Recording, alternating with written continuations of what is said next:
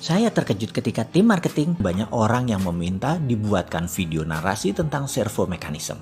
Saya terkejut karena merasa ilmu ini berat jika diajarkan melalui video. Karena ini ibarat ilmu silat. Ada gerak yang harus dikerjakan, ada latihan yang harus diulang-ulang, ada perilaku yang harus diubah, dan ada kebiasaan yang harus di-break. Pola dalam diri manusia tidak mudah membongkarnya. Kebiasaan tidak mudah mengubahnya. Kecenderungan-kecenderungan dalam tindakan seseorang tidak mudah menggantikannya. Karena itu sudah jadi pilihannya secara bawah sadar sistem dirinya. Sudah jadi pilihan maunya dia. Automatic guided system itu terpasang oleh dirinya sendiri sehingga banyak kejadian dalam kehidupan seseorang itu mengulang. Itu lagi, itu lagi. Bisa itu kesialan-kesialan, bisa itu keberuntungan-keberuntungan. Itulah sistem yang melayani kehidupan seseorang yang dalam bahasa Latinnya servo mechanism. Kalau diterjemahkan bebas, apa itu servo mechanism adalah sistem kehidupan yang melayani kehidupan seseorang. Ada servo seseorang yang selalu untung, ada servo seseorang yang selalu merugi, ada servo penuh masalah, ada servo yang jalan hidupnya semua serba mudah. Ketahuilah sahabat, pola dalam kehidupan seseorang adalah orang itu sendiri yang menciptakannya. Pertanyaan sekarang, kenalkah Anda dengan pola-pola dalam kehidupan Anda tadi? Pola uang datang, pola uang keluar, pola konflik, pola damai, pola masalah, pola keberuntungan, dan ratusan pola lainnya. Kita kasih contoh sederhana. Siapa para sahabat saya saat ini yang kalau saya tanya, adakah yang punya servo keberuntungan kalau sedang cari parkir? Misalnya di Jakarta kita mau ke mall, malam minggu cari parkir di mall. Di mana cari parkir susah setengah mati waktu itu. Tapi kalau dia dalam tanda petik yang nyetir selalu dapat tempat parkir cepat bahkan di depan langsung tanpa muter-muter dan itu selalu. Itulah servonya dia. Ganti coba dengan orang lain. Bisa 30 menit muter-muter cari tempat parkiran gak nemu-nemu. Dia punya servo kemudahan di dalam mencari tempat parkir orang yang pertama. Itulah servo positif dari orang yang pertama. Sementara teman yang satu tadi yang 30 menit muter-muter di dalam mencari parkir di tempat ramai selalu dan begitu tersering dalam hidupnya. Itulah servo dirinya di dalam mencari tempat parkir. Dalam mencari nafkah, dalam mencari rezeki, di dalam berjodoh, relationship pertemanan, bermitra, membangun organisasi, membangun usaha, bersosialisasi. Semua manusia dewasa punya servo mekanisme. Servo kantong kosong misalnya. Servo selalu ditipu. Servo selalu sial. Servo selalu ada yang nyelamatin kalau ada masalah. Servo selalu untung. Servo kalau habis cuci mobil selalu kehujanan mobilnya. Servo kalau nemu uang di jalan mau dapat rezeki. Dan ada ratusan servo dalam kehidupan manusia ini yang Anda sendiri yang membentuknya dan menjadi pola dalam diri Anda. Pertanyaan sekarang, inginkah pola servo negatif Anda itu dihilangkan? Bagaimana meng-cancel servo negatif dan menjadikan pola baru yang positif yang menghasilkan kesehatan, menghasilkan kemakmuran, menghasilkan kebahagiaan? Mau kan? Inilah video naratif yang akan kita buka semua rahasia servo mekanisme tersebut. Di sini adalah tempat servo Anda diubah. Ubah jalan hidup Anda ke depan untuk menjadi yang terbaik sesuai dengan semua yang Anda impikan. Selamat hidup bersengaja. Selamat menikmati serial video narasi servo mekanisme. Ini hanya kata pengantar dari saya. Ada baiknya kita mulai yang ringan terlebih dahulu. Baik sahabat semua, ambil kertas dan catatlah sebanyak-banyaknya. 1 tahun ini, uang datang ke Anda dari mana saja. Sekali lagi, ini adalah hanya mencatat uang datang. Uang masuk selama 1 tahun belakangan ini. Anda sendiri yang menentukan. Apakah selama tahun 2020 ini atau sejak awal tahun 2019 sampai sekarang? Boleh juga. Yang penting Anda rinci catatannya. Sekali lagi, hanya uang masuk. Bisa dikasih suami atau bisa dikasih istri, bisa dari gaji, bisa dikasih oleh orang tua, dari bekerja, jadi broker properti, dapat uang tips, dapat uang korupsi, uang jabatan, uang pelicin, hasil bisnis usaha, dari mencuri, diberi, dapat waris, apapun uang tadi masuk, catatkan dalam selembar kertas. sebanyak-banyaknya, serinci-rincinya, dan coba catat angkanya sedetil mungkin.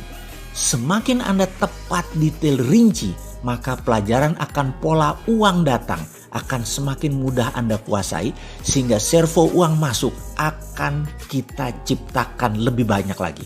Sekali lagi, ambil kertas folio kosong, kalau perlu beberapa lembar, dan lakukan pencatatan atas uang datang ke Anda selama setahun ini.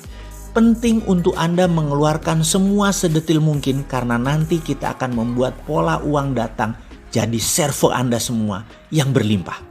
Lalu Anda tulis total uang tersebut, juga pastikan list di atasnya dari mana saja uang tersebut sebelum kita jumlahkan. Kemudian tempel list daftar uang datang tadi beserta jumlahnya di meja atau di dinding kamar kerja Anda atau di dinding kamar Anda. Pelajaran selanjutnya menanti. Selamat mengerjakan.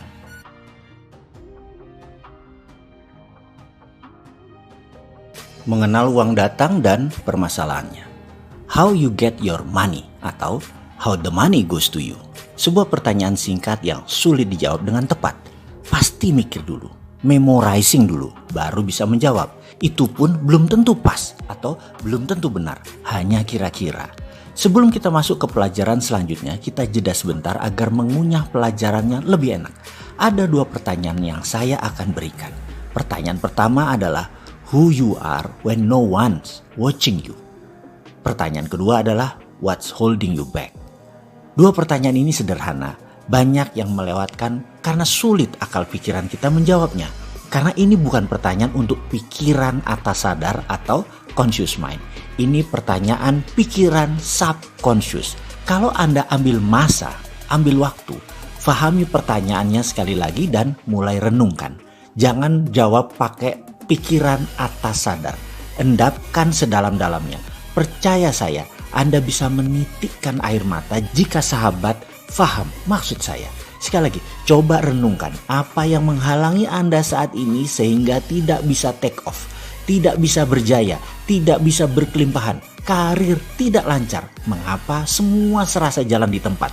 Ada apa sih sebenarnya? Apa yang menghalangi? Fahami terus 2 pertanyaan tersebut. Coba renungkan.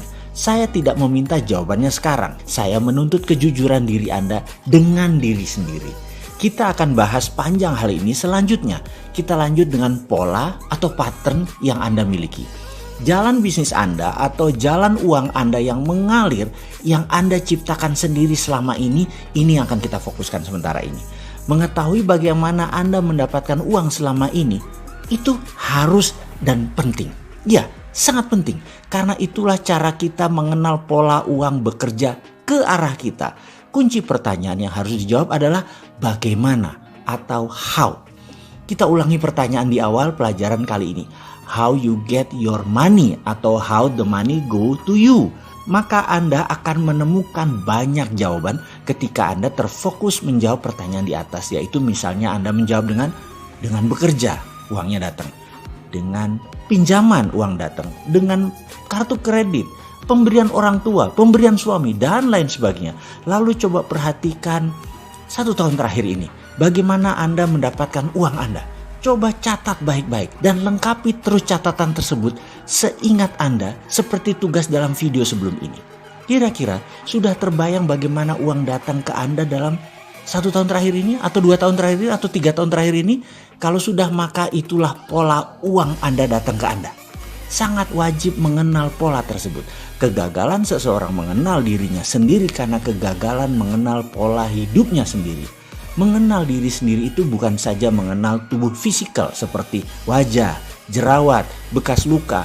Namun tak kalah penting adalah kebiasaan, kesukaan, kecenderungan, gaya jalan, gaya bicara, dan tentunya pattern pola diri itu semuanya. Kita bisa mulai dengan pola bagaimana uang datang ke Anda. Karena itu adalah masa lalu Anda dan masa depan Anda, sekarang Anda membentuk polanya. Kalau Anda sudah cukup senang dengan pendapatan Anda sekarang, ada baiknya Anda mulai melihat pola-pola lain dalam kehidupan Anda. Yang kalau jelek boleh segera diubah. Kalau Anda merasa belum puas dengan uang datang ke Anda, maka bersiaplah mengubah pola tersebut. Karena Anda sekarang adalah apa yang Anda kerjakan kemarin. Anda nanti adalah apa yang Anda kerjakan sekarang. Intinya adalah ubahlah sekarang. Siap berubah? Kita lanjut tahap berikutnya ya. Kita bedah pelajaran tersebut lebih lengkap lagi. Sekarang tugas Anda adalah menjawab pertanyaan ini. How is the money goes to you? Coba di folder list dari daftar uang yang datang ke Anda 1 tahun ini atau 1,5 tahun ini yang menempel di dinding kamar Anda sekarang seperti dalam video sebelum ini. Lalu tugasnya adalah coba pisahkan uang masuk tadi berdasarkan foldernya, berdasarkan asalnya. Contoh misalnya, berapa yang dari keringat sendiri, berapa yang diberi atau dari orang lain, kemudian berapa dari hal yang tidak terduga. Anda buat 3 folder tadi, Anda kurungin misalnya yang warna merah adalah dari keringat sendiri, yang warna biru adalah dari orang lain, kemudian yang warna kuning adalah yang tak terduga. Coba Anda folder. Selamat mengerjakan.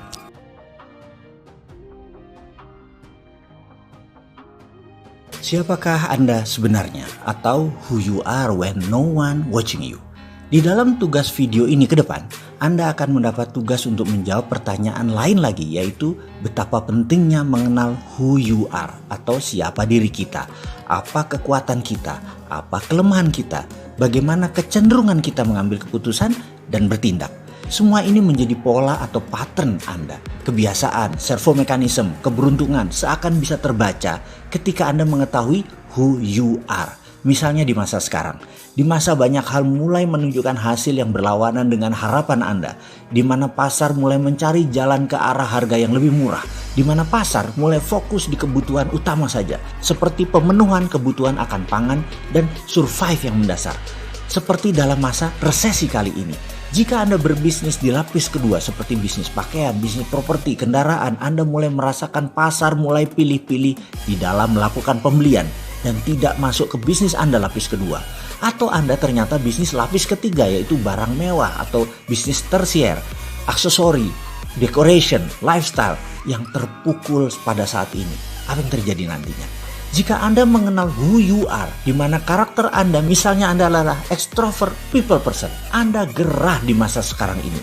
Orang extrovert terkadang memilih lebih baik kalah nasi daripada kalah gengsi. Lebih baik makan bubur tapi mobil Innova tetap dipertahankan untuk status daripada lepas ganti Avanza atau ganti motor. Lebih pilih makan bubur. Extrovert terkadang memang mementingkan kebutuhan kedua bahkan kebutuhan ketiga daripada kebutuhan pertama. Apa itu salah? Tidak sama sekali. Orang seperti inilah yang mendatangkan citra mereka sukses dan layak dipercaya. Mereka bisa membuat bisnis menjadi panjang nafasnya. Jika Anda pernah ikut dalam beberapa pertemuan dengan saya, pasti Anda sudah mengenal who you are, bagaimana memanfaatkannya untuk diri sendiri dan untuk tim Anda.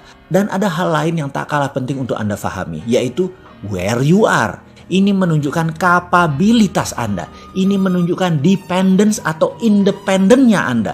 Menentukan kemandirian Anda. Ketika Anda tahu posisi Anda, yaitu where you are, Anda akan mudah mencari cantolan atau network untuk memperluas jaringan bisnis Anda. Ingat, seseorang mau menjadi bagian dari network Anda kalau Anda dianggap bisa melengkapi kekurangan orang tersebut. Anda akan diakses. Anda akan dinilai lebih oleh orang lain untuk Anda dicatat dalam pikiran bawah sadar mereka. Oh, ini orang jago IT. Oh, dia the real banker. Oh, dia pandai melukis. Nah, orang yang bisa membuat, oh, orang ini yang jago buat proposal. Oh, dia memiliki jaringan buat sosis halal. Dia mempunyai kebun organik dan banyak lagi. Where you are, ini wujudnya tidak ada. Ini intangible.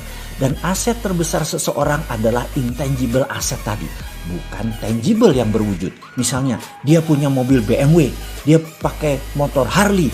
Hal ini tidak kuat membekas dalam benak seseorang. Ini bukan where you are yang dimaksud di dalam pelajaran kali ini untuk Anda. Inilah pelajaran yang akan dikupas di dalam servo mekanisme lebih dalam lagi.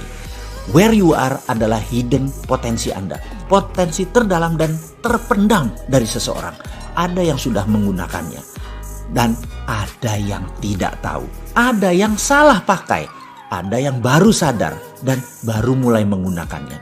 Dan banyak yang tidak melihat besarnya potensi dirinya tadi. Jadi secara sederhana, who you are adalah menentukan spesies Anda dalam dunia kemakmuran. Where you are adalah penentu harkat Anda dalam rantai makanan dalam dunia kemakmuran. Oke, sekarang kita akan melakukan pencatatan. Coba Anda ambil waktu sebentar untuk merenung ke dalam diri. Kenali Anda lebih dalam lagi. Apakah selama ini yang Anda kerjakan adalah sesuatu yang Anda inginkan atau Anda terpaksa melakukannya? Apakah sahabat sudah menjalankan sesuatu karena passion kesukaan Anda? Apakah sudah menemukan bakat alami Anda dan kesukaan alami Anda dan sudah menjalankan sesuai dengan potensi tadi? Apakah Anda seorang seniman? Apakah Anda seorang politikus? Anda pebisnis, ibu rumah tangga? Anda pejabat abdi negara, Anda orang kaya, Anda petani, Anda nelayan, apapun itu, coba tuliskan. Dan Anda wajib menemukan satu kata, who you really are when no one watching you. Dan satu lagi, posisi Anda sekarang di mana? Where are you? Apakah Anda sudah di tempat yang Anda inginkan? Atau Anda masih berada di tangga terbawah? Atau Anda sudah lebih dari apa yang Anda inginkan? Anda bercita-cita ingin menjadi orang kaya dengan 9 digit, ternyata Anda sudah di sana. Apakah masih 7 digit? Apakah masih 6 digit? Where you are, Anda tentukan sekarang. Kalau belum, catat, temukan di mana posisi Anda. Selamat mengerjakan. What holding you back? Bayangkan Anda sedang duduk di dalam ruangan. Di depan Anda ada sahabat dekat Anda. Siapapun itu, hadirkan dalam bayangan Anda. Sahabat Anda tadi adalah soulmate Anda, bisa juga pasangan hidup Anda selama ini, bisa juga sahabat Anda dari kecil, bisa juga orang baru yang hadir dalam kehidupan Anda namun Anda nyaman dengan dirinya. Hadirkan dalam bayangan Anda tersebut sekarang. Mengapa kita akan melakukan simulasi ini harus membayangkan orang yang paling Anda nyaman? Karena tugasnya berat. Dia akan menekan Anda, menekan sampai ke limit Anda.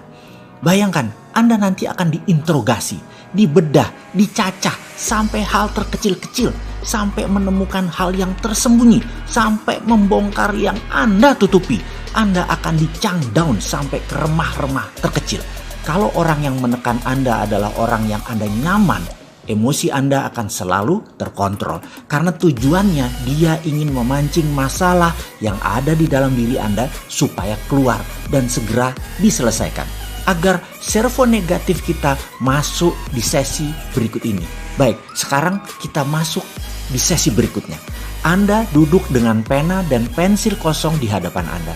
Sahabat Anda tadi dalam bayangan Anda duduk juga tepat di depan Anda.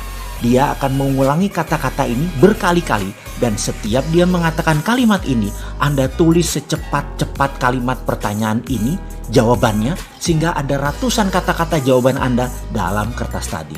Dan kalau ada satu kata keulang-ulang, biarkan, ulangi lagi. Ternyata ada yang baru lagi, segera tuliskan. Kalimat itu adalah apa yang menghalangi Anda. Kalimatnya seperti begini. Apa yang menghalangi Anda? Apa yang menghalangi Anda? Apa yang menghalangi Anda? Apa yang menghalangi Anda selama ini sehingga Anda tidak mendapatkan apa yang Anda inginkan? Apa yang menghalangi Anda sehingga Anda tidak bisa terbang? Apa yang menghalangi Anda? What holding you back? Dan setiap kalimat pertanyaan ini selesai, tuliskan apapun di dalam kertas di depan Anda tadi dan bayangkan teman Anda tadi terus mengulang-ulang pertanyaan tersebut. Pastikan ada stopwatch di samping Anda karena sesi ini lamanya 5 menit dan harus 5 menit. Bayangkan teman Anda tadi berulang-ulang dan Anda menjawab secepat-cepatnya pertanyaan tadi. Bersiap mengadakan sesi ini ya. Dan demi hasil maksimum, jangan maju ke sesi berikutnya sampai Anda melakukan semua yang diperintahkan di sesi ini. Anda sudah memanfaatkan waktu yang besar untuk membeli video naratif ini. Anda sudah meluangkan waktu untuk menyaksikannya. Dan itu adalah hal yang luar biasa. Saya salut untuk Anda. Dan sekarang untuk hasil maksimum, lakukan apa yang diajarkan dalam sesi ini. Ulangi lagi perintah dalam video ini. Lalu mulailah bayangkan soulmate Anda tadi. Mulai menekan Anda dengan pertanyaan beruntun selama 5 menit ke depan. Tugas Anda menuliskan jawaban yang timbul seketika ketika Anda menjawab tanpa berpikir, yaitu menjawab pertanyaan ini. Apa yang menghalangi Anda? Apa yang menghalangi Anda? Apa yang menghalangi Anda? Dan lakukan sekarang. Servo mechanism. Ada beberapa tugas sejauh ini Anda sudah kerjakan. Saya ucapkan terima kasih banyak telah menjalankan semuanya dengan baik. Selanjutnya, kita masuk ke pelajaran dasar tentang servo mekanisme. Otak manusia semua sama secara hardware. Secara software, setiap manusia berbeda installnya. Jadi, yang membedakan manusia satu dengan manusia yang lainnya bukan hardware-nya, tetapi software-nya. Software otak bahasa lainnya adalah pikiran.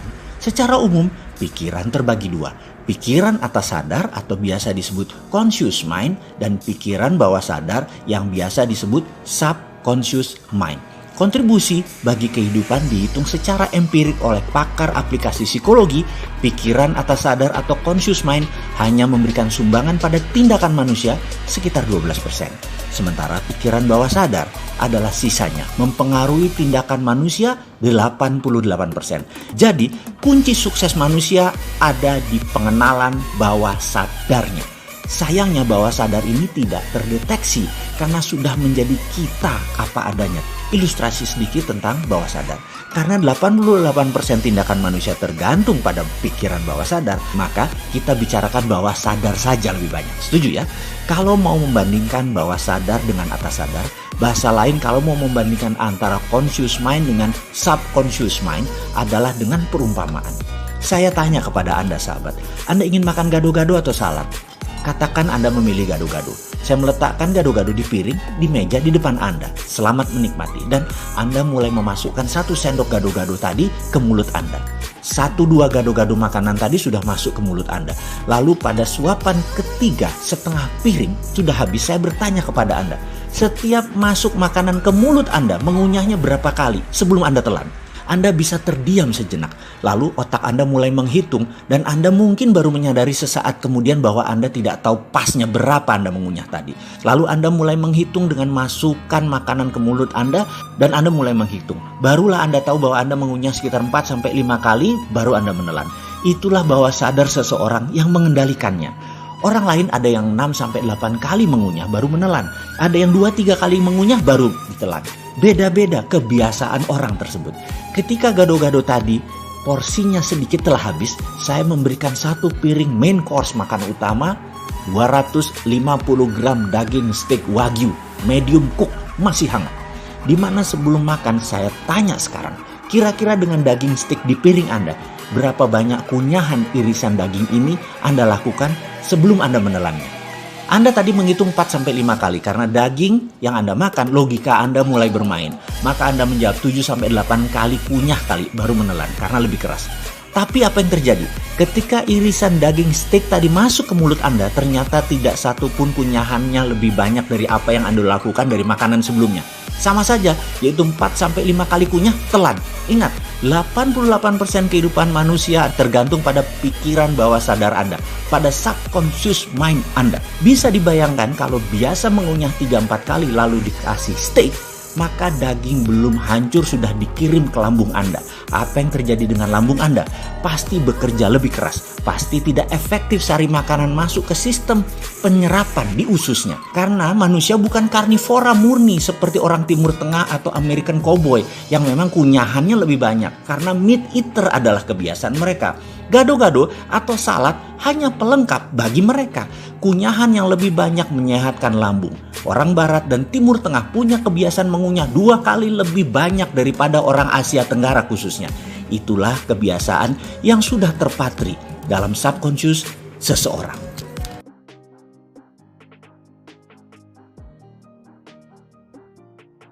Kita masuk ke lebih dalam lagi tentang subconscious mind. Karena 88% tindakan kita kontribusi pikiran bawah sadar.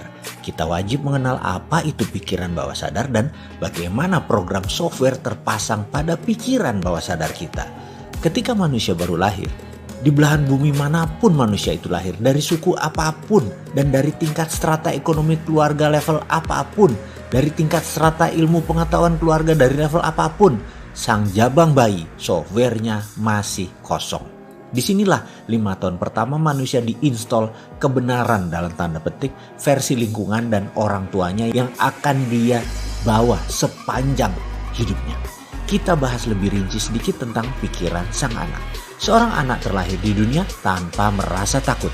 kecuali rasa takut akan gelap dan rasa takut akan suara keras. Semua ketakutan yang lain pasti dipelajarinya ketika dia tumbuh menjadi dewasa. Lama kita tidak membicarakan mengenai ilmu aplikasi psikologi ini.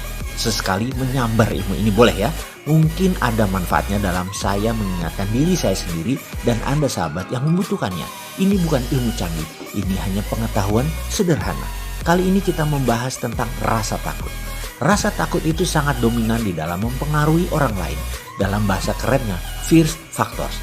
Dunia advertising, dunia politik, dunia bisnis mengeksploiti rasa takut ini menjadi komoditas dalam tanda petik belanja. Ketakutan akan kelangkaan barang, ketakutan akan keterbatasan membuat perilaku menumpuk barang, dan ini terjadi di dalam semua orang, terutama para wanita yang terus dieksploiti rasa takutnya ini. Saya beri contoh bahwa iklan yang paling efektif di kelas retail adalah yang mengeksploitir rasa takut. Misalnya, iklan pasta gigi dari merek ternama menceritakan akan kuman jahat yang akan menggerogoti gigi sang anak. Dan ini diulang-ulangi, ditakut-takuti walau terlihat sains. Lalu pasta gigi ini solusinya bagi para ibu. Dan percaya saya, mayoritas wanita kebeli dengan iklan itu. Kita lanjut tentang pelajaran mengeksploitir rasa takut sebentar lagi setelah memahami keilmuan takut ini. Dua rasa takut utama yang biasa berkembang dalam diri kita semua adalah takut akan kegagalan, takut akan kekalahan, dan terus berkembang menjadi rasa takut akan kritik dan penolakan. Kita mulai belajar merasa takut pada kegagalan ketika kita secara terus-menerus dikritik dan dihukum saat mencoba sesuatu yang baru atau sesuatu yang berbeda. Kita dibentak dan kita dilarang-larang. Jangan, jauh-jauh dari sana. Hentikan, letakkan. Hukuman fisik dan tidak ditunjukkannya rasa cinta. Ancaman-ancaman yang dilontarkan yang membuat Anda merasa takut dan tidak aman seringkali mengiringi hentakan dan kritik-kritik seperti ini. Inilah muasal terbanyak rasa takut tadi tumbuh di benak manusia. Dengan segera kita akan percaya bahwa kita terlalu kecil, terlalu lemah, tidak kompeten, tidak cukup pandai, dan tidak mampu untuk melakukan segala sesuatu yang baru atau berbeda dengan yang lain.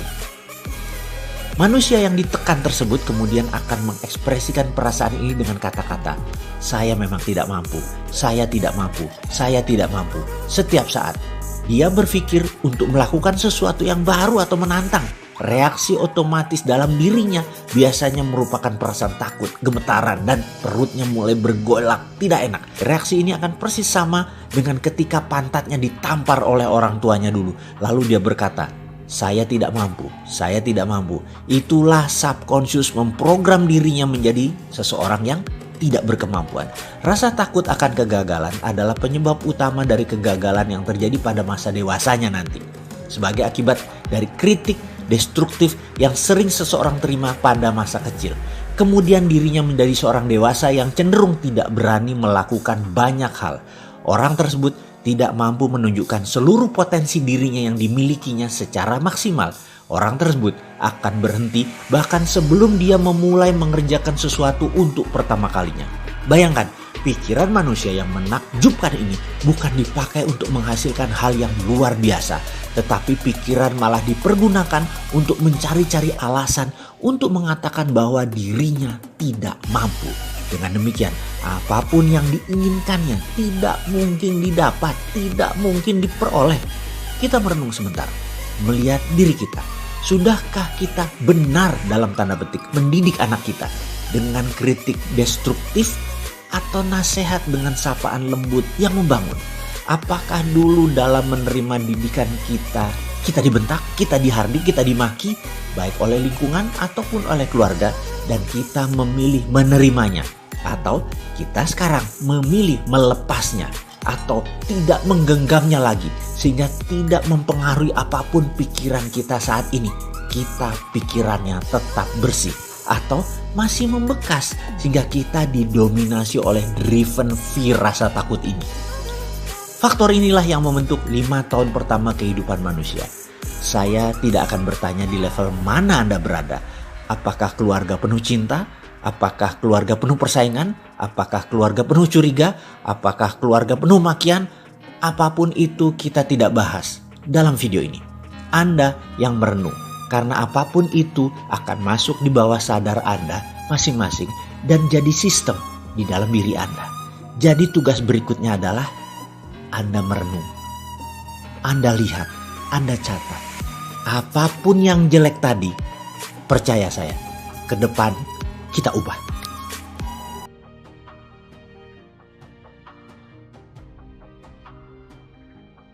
Bagaimana software diinstal dalam pikiran bawah sadar?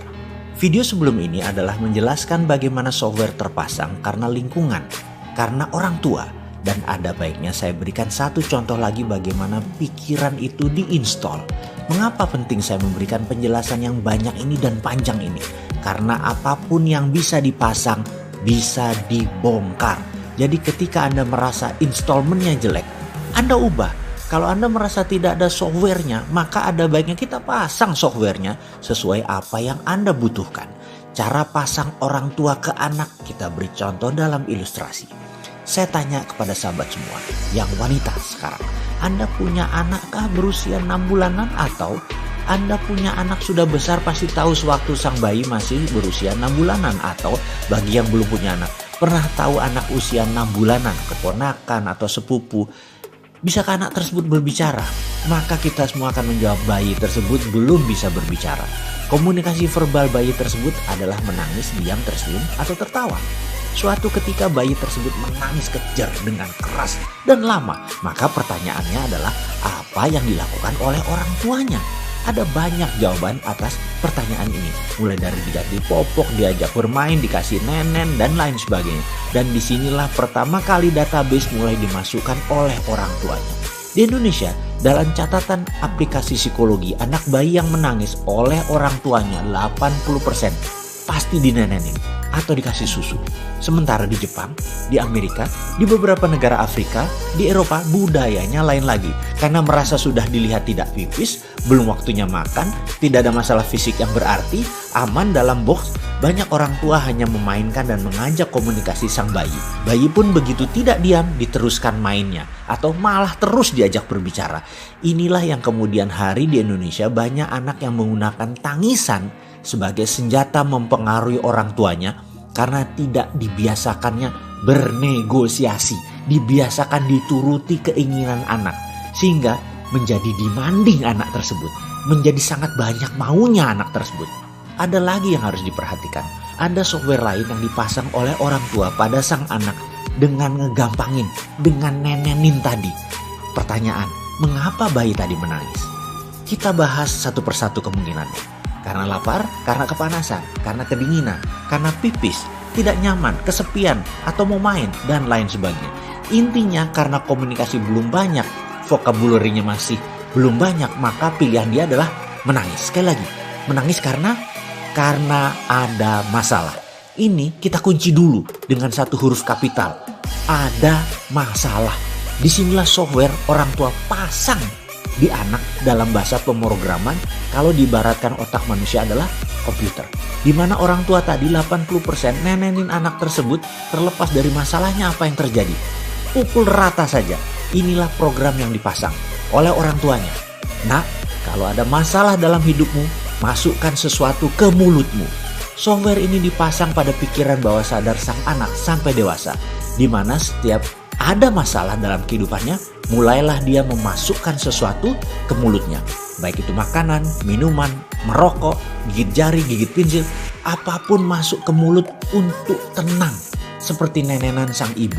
Tidak heran masalah memasukkan ke mulut tadi makanan yang terbanyak dan membuat populasi Indonesia di atas 30% adalah overweight, masalah terbanyaknya. Jadi ada juga mereka jadi karena ketergantungan minum atau alkohol dan lain sebagainya. Sekarang sahabat sudah mulai paham bagaimana pikiran bawah sadar dipasang dalam otak manusia.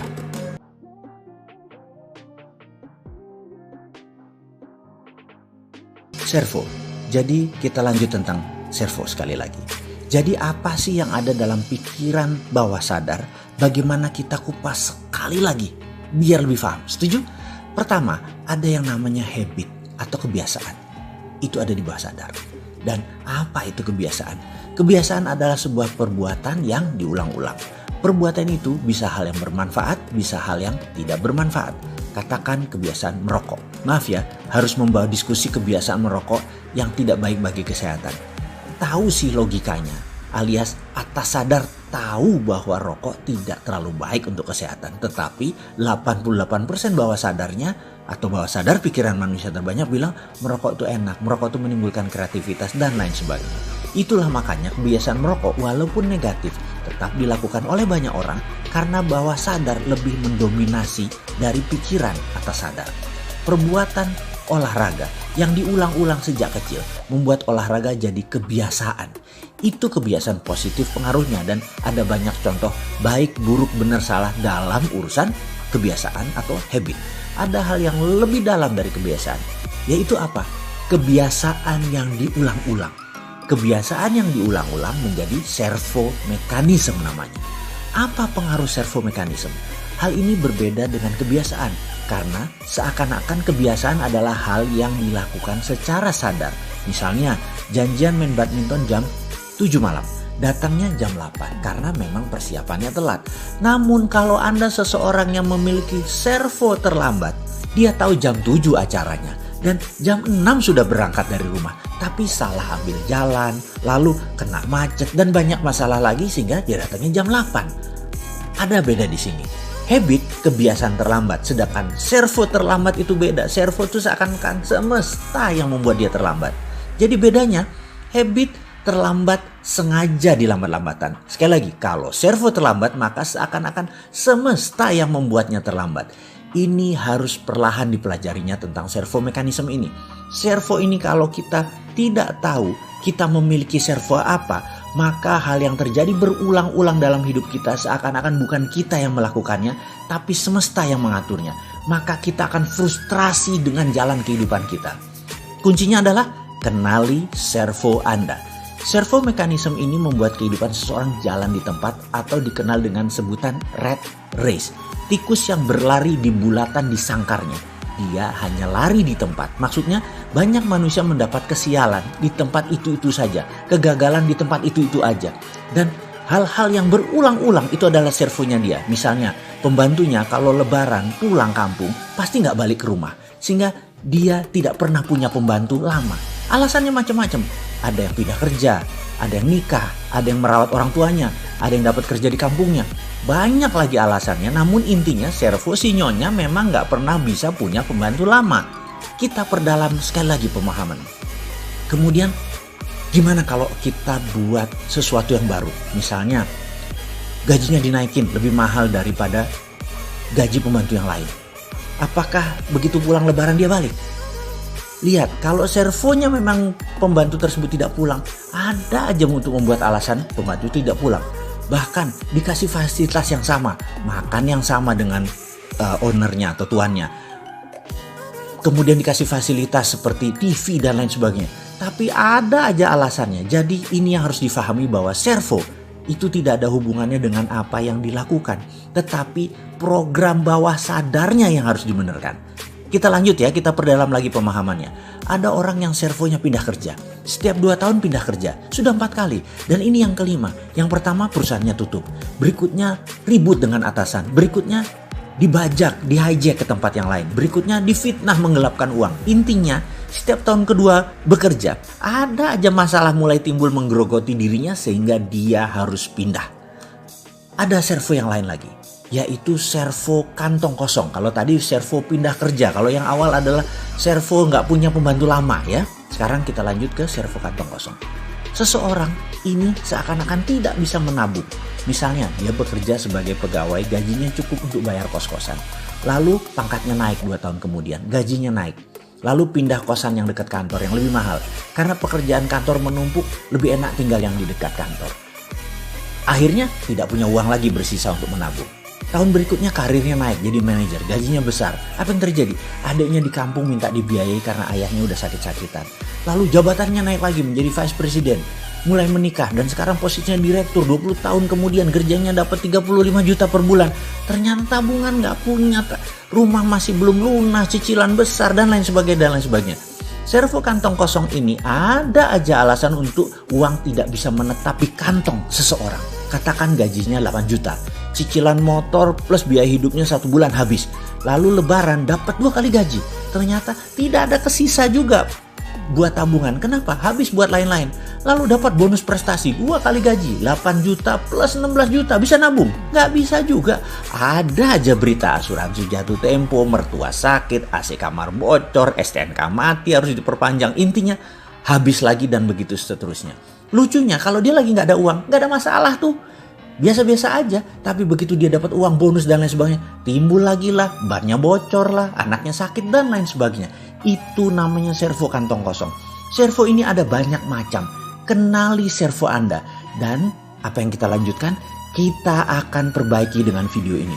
Karena servo adalah perilaku yang diulang-ulang yang jadi kebiasaan. Yang kebiasaan tersebut dengan sengaja diulang-ulang lagi, jadilah servo mekanisme. Jadinya jalan hidup Anda yang melayani Anda. Servo mekanisme bahasa Latin yang diterjemahkan adalah servo atau serve atau melayani. Mekanisme adalah sistem mekanik. Servo mekanisme kalau disederhanakan adalah sistem kehidupan yang melayani seseorang. Dan semua ini adalah man-made, ciptaan manusia. Manusia sendiri yang menciptakan. Servo dan habit itu adanya di pikiran bawah sadar. Kenali, yang negatif diubah. Program tersebut kami beri nama subconscious reprogramming. Program ulang pikiran bawah sadar. Setelah kita kenal 5 macam hal yang ada di bawah sadar, kita mulai mereview. Salah satunya adalah habit yang menjadi servo mekanisme. Dan servo tadi kalau negatif harus segera diubah. Kalau tidak ini akan mengulang-ulang terus dalam kehidupan seseorang. Kita sudah membahas dari 1 sampai 5 program pikiran bawah sadar. Dan ini juga membuat kita mengerti kita memilih jalan hidup kita dengan memasang install software kemakmuran, software kesehatan, software kebahagiaan. Semua ini bisa terpasang dengan baik kalau menjadikan servo negatif tadi hilang dan diubah. Kita melakukannya dengan teknik subconscious reprogramming. Tekniknya percaya saya semudah membalik tangan. Allah Maha Adil. Apa yang bisa terpasang bisa dibongkar. Apa yang tidak ada bisa jadi ada. Apapun bisa diinstal karena manusia adalah wakil Allah di bumi. Khalifah fil ard, memiliki kemampuan ekstra. Jadi mulai paham tentang servo mekanisme. Oke, selanjutnya kita akan memahami tentang subconscious mind, mengenal bagian terdalam pikiran bawah sadar dan bagaimana melakukan pemrograman ulang pikiran bawah sadar yang salah dan ingin kita rapihkan.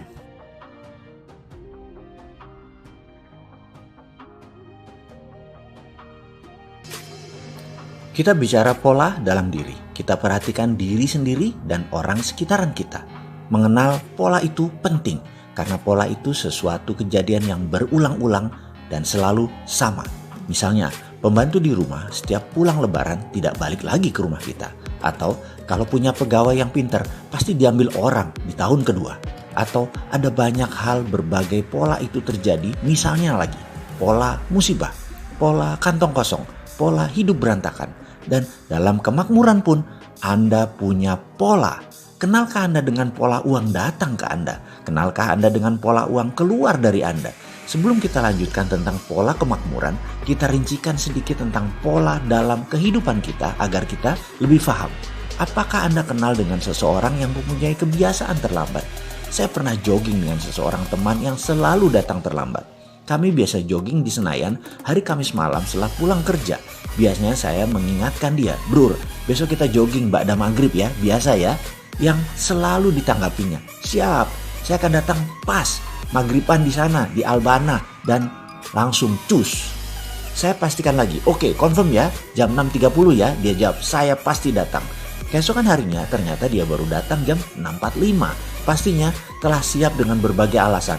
"Anakku mainin baju joggingku dan menaruhnya di bawah tempat tidur. Jadi dicari-cari dulu, telat deh." Minggu berikutnya hal sama terjadi. Dia datang jam 6.50. Dia baru datang, alasannya sepatu joggingku yang biasa sebelah ini gak ketemu. Aduh, kemana-mana dicari. Minggu berikutnya dia datang jam 7 malam. "Ikan masku sakit sehingga anakku menangis terus-menerus." Begitu seterusnya. Mulai dari alasan aki mobil mati, mobil tidak bisa starter, kunci mobil hilang, sampai celana dalam yang masih terendam dalam mesin cuci. Akhirnya saya berkata, "Bro, ayo kita buat janjian. Mulai sekarang, untuk setiap 1 menit terlambatmu, kamu harus membayar 20.000 perak ke kotak amal Masjid Albana." Minggu berikutnya dia beralasan pundaknya sakit Dan sejak itu kami tidak pernah jogging bersama lagi. Apa yang terjadi?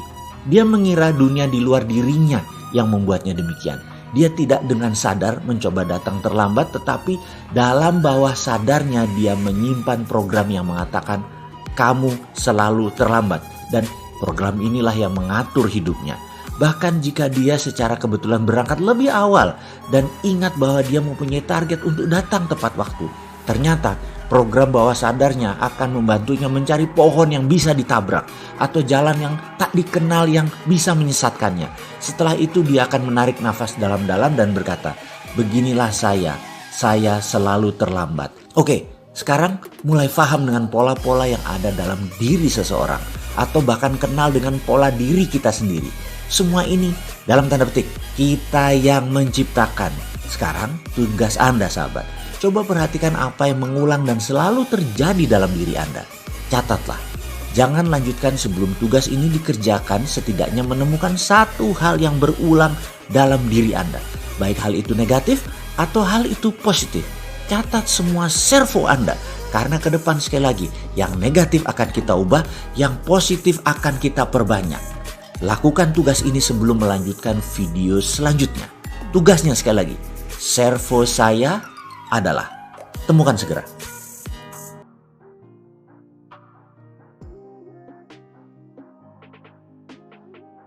Conscious competence atau kesadaran berkemampuan. Kita sekarang membicarakan hal yang sederhana sedikit atau melompat sedikit dulu. Masalah dengan berpikir benar kok bisa membuat orang menjadi kaya raya. Berpikir dan bertindak seperti apa yang bisa membuat kaya? Menjawab pertanyaan seperti ini memang harus rinci menjelaskannya, juga harus memberi contoh serta pengalaman. Contoh saja membuat mengerti, tapi tidak merubah apapun. Conscious tetap incompetence. Pikirannya tetap tidak berkemampuan. Maju setahap sih, dari unconscious menjadi conscious. Dari belum sadar menjadi sadar. Tapi nggak ada bedanya karena keduanya tetap incompetence. Kita masih belum berkemampuan.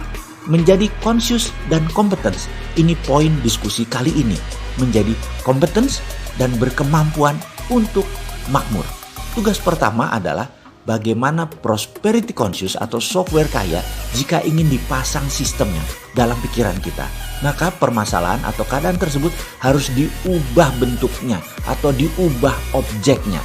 Saya secara pribadi, coach Anda kali ini harus mampu membuat isi kepala sahabat semua untuk saya bisa pasang objeknya. Ini lebih dari visual. Oke, agak sulit menerima informasi ini. Saya ceritakan dalam bentuk lain dengan contoh. Seorang perokok. Baik, saya ini tidak pernah mengatakan bahwa perokok itu buruk. Saya selalu bilang merokok itu baik, tetapi tidak merokok itu lebih baik. Jadi teman perokok tadi ingin berhenti merokok atau quit smoking. Berbagai cara dia sudah lakukan. Dia sudah menggunakan banyak metode, tapi ternyata kalau lagi stres atau dia lagi cari ide atau dia sehabis makan selalu merokok. Maka saya sebagai orang yang diminta untuk menghilangkan kebiasaan merokok tersebut harus melakukan dalam tanda petik mengubah objek dalam pikirannya, mengubah database yang ada di otaknya. Sekarang objek dalam pikirannya adalah merokok itu menyenangkan, merokok itu nikmat rasanya, dan lain sebagainya. Maka saya mengubahnya dengan memberi objek baru dalam pikirannya.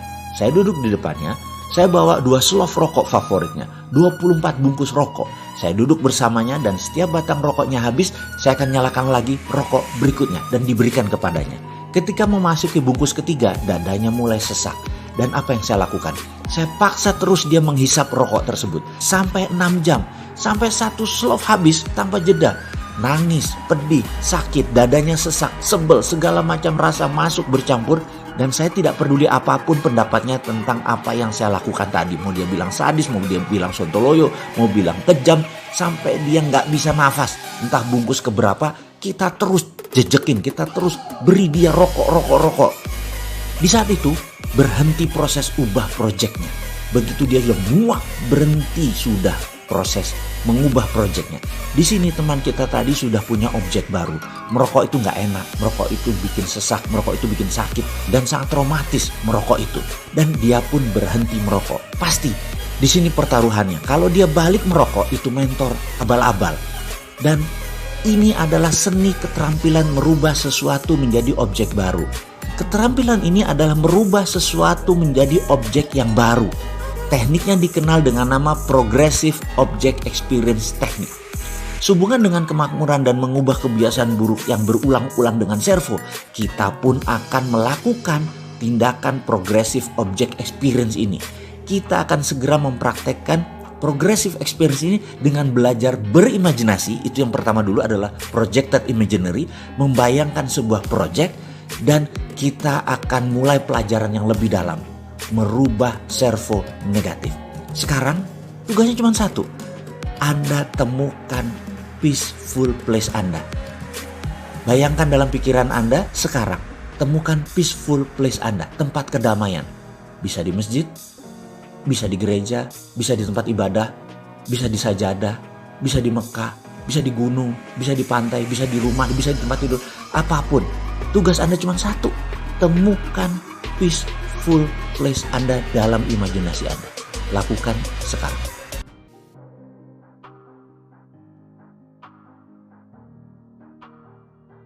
Level kompetisinya ada di mana?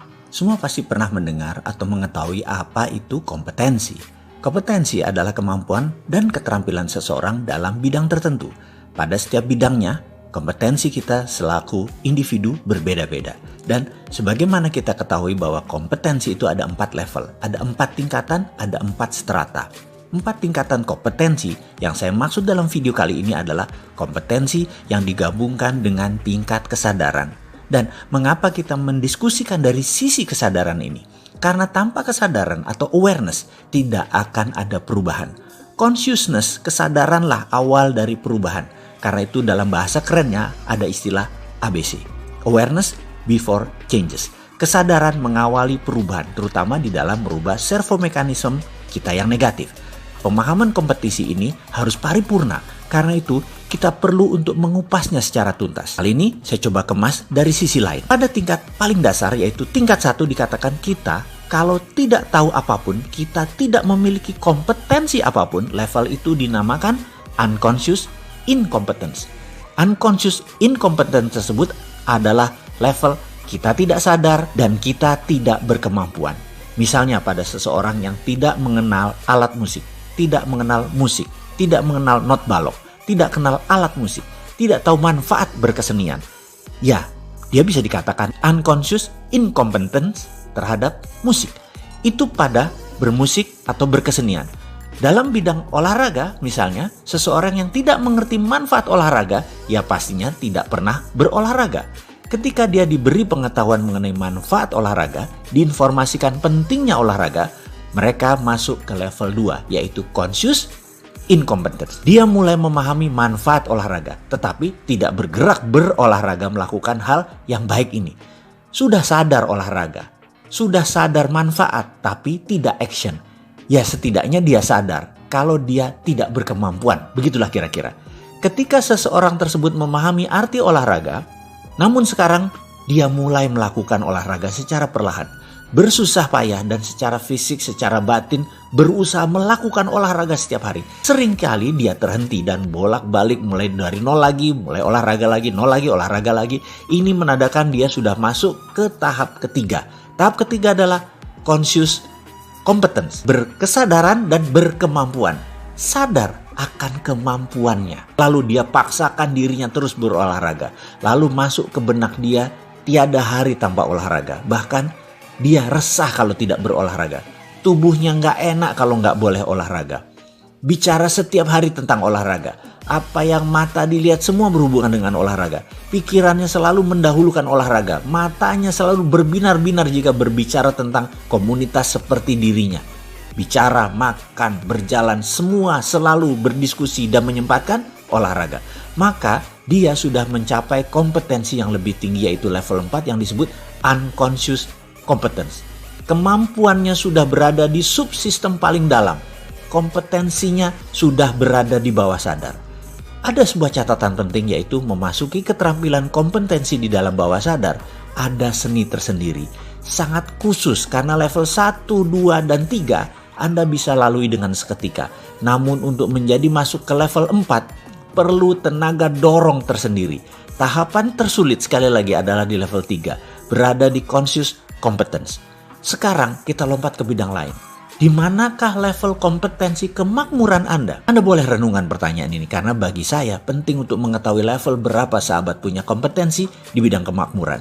Dan setelah ini, maukah menggeser atau meningkatkan level kompetensi tersebut ke level yang lebih tinggi? Oke, tugas kali ini mohon sahabat merenung sebentar. Di mana level kompetensi kemakmuran sahabat? Level 1 kah? Level 2 kah? Di mana keduanya Anda masih harus bekerja keras untuk mendatangkan uang ke Anda.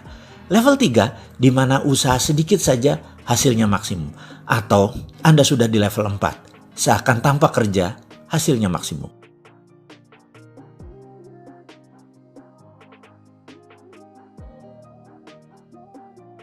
Istilah servo mechanism sebenarnya lebih dikenal di dunia teknik, yaitu suatu proses loop tertutup untuk mengkoreksi proses secara terus-menerus agar tetap dapat menuju target yang telah ditetapkan. Sebagai contoh peluncuran peluru kendali, ini menerapkan teknik servo mechanism, di mana ketika target telah dikunci, maka gerakan peluru yang mulai melenceng akan direvisi ulang sehingga kembali menuju arah semula.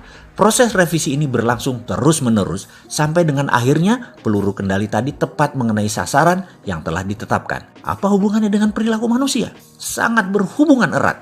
Dr. Maxwell dalam sebuah karyanya bukunya yang berjudul Psycho-Cybernetic yang menyoroti peran besar dari self-image dan habit dalam kesuksesan seseorang memperkenalkan penggunaan istilah servo mechanism ini untuk menggambarkan gerakan kecenderungan manusia. Pada dasarnya dalam kehidupan ini setiap orang bergerak dengan prinsip servo mechanism alias terus-menerus melakukan koreksi sehingga sesuatu yang digariskan terjadi. Di mana proses koreksi ini berlangsung dengan keterlibatan seluruh kesadaran holistik manusia, conscious dan unconscious. Jika seseorang sudah digariskan untuk sial, maka apapun yang terjadi cepat atau perlahan, tetapi pasti, maka proses servo mekanismenya akan menuntun seseorang untuk menuju kondisi sial ini, tanpa bisa ditolak sama sekali. Demikian juga jika seseorang digariskan untuk beruntung, maka servo mekanisme ini dengan mudah akan membawanya ke keadaan yang seharusnya, yaitu beruntung. Semua yang akan dialami dalam hidupnya ini telah digariskan seakan ciptaan semesta, tapi sesungguhnya ciptaan dia sendiri. Suka atau tidak suka, servo mekanisme ini akan membawa kita ke sana dengan cara yang sangat cerdas, bahkan dengan cara yang seringkali tidak terduga. Jadi kini menjadi lebih jelas. Jika sesuatu saat ini kita berkeinginan untuk mencapai sesuatu yang biasanya dalam hal ini hal-hal yang indah dan menyenangkan, lalu di dalam perjalanannya seakan-akan kita sudah semakin mendekati hal tersebut, tetapi tiba-tiba di akhirnya semua berbelok. Maka jangan menyalahkan siapapun, karena servo mekanisme dalam diri kita lah yang bekerja. Loh, kok gitu? Jadi artinya hidup kita sudah digariskan dan kita tidak dapat keluar dari garis ini. Apakah ini yang disebut nasib atau takdir atau apapun istilah sejenisnya? Tentu saja tidak. Pembahasan ini tidak ada sangkut pautnya dengan nasib dan takdir yang jelas sudah memiliki ahli tersendiri untuk membahas hal ini. Pembahasan di sini justru akan menyadarkan kita adalah pembuat garis tersebut. Dan tentu saja kita pula yang dapat merubahnya.